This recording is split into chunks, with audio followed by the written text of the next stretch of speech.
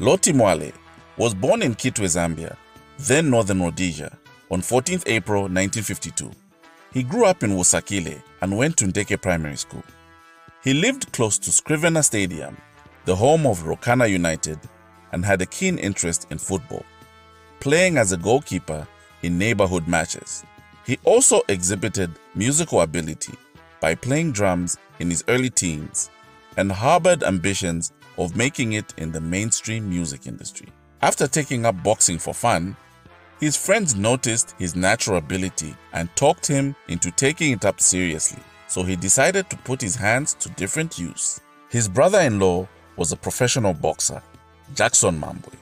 He also played a role in luring Mwale into the boxing ring, giving him his initial coaching and encouraging him to continue with the sport.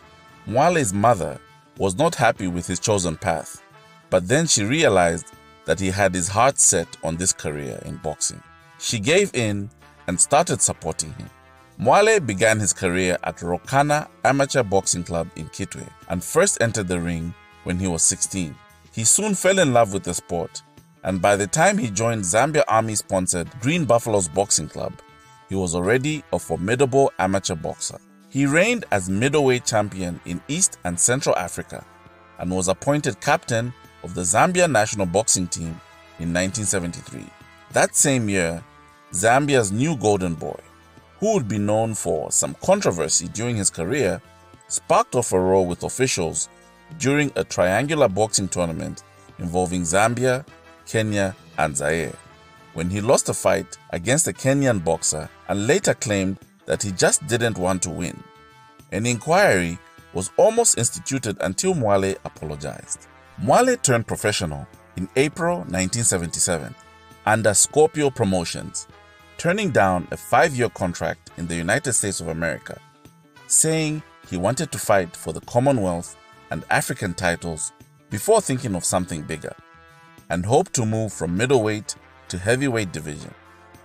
His first professional bout was against Fanuel Mwanza in April 1977, whom he knocked out in 6 rounds and earned the right to face Julius Liupa for the national light heavyweight title. The charismatic Mwale won over a lot of admirers and also inspired young Zambian sportsmen to succeed. He went by the nickname Gunduzani, which means shake them in his native language, and Kaingo, meaning leopard. Although based in London, he drew large crowds whenever he fought at home and also boasted a punch called the NPPP, which stood for Nuclear Power Packed Punch.